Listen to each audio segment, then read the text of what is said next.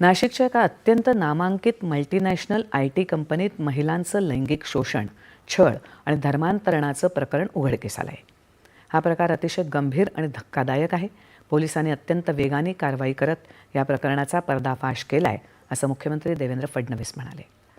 या प्रकरणी आत्तापर्यंत 9 गुन्हे दाखल झाले असून काही आरोपींना अटक करण्यात आली आहे. गुन्ह्याचं गांभीर्य लक्षात घेता तपास करण्यासाठी SITची देखील स्थापना करण्यात आली आहे.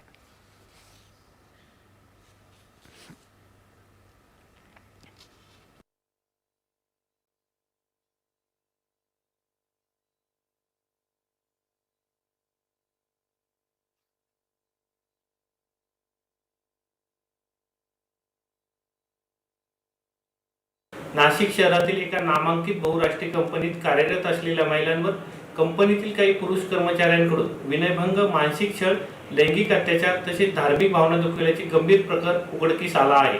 सदर प्रकरणी आतापर्यंत एकूण 9 गुन्हे दाखल करण्यात आले असून 6 आरोपींना अटक करण्यात आली आहे.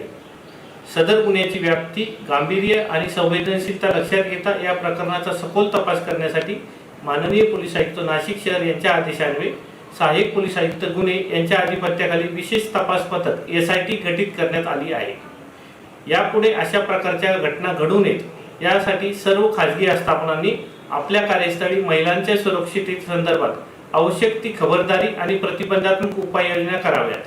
कोणत्याही महिलेला विनयभंग किंवा अत्याचारासंबंधी तक्रार असल्यास त्यांनी CP WhatsApp क्रमांक 9923323311 यावर संदेश पाठवू शकतात किंवा नियंत्रण कक्ष क्रमांक 112 वर संपर्क साधू शकतात.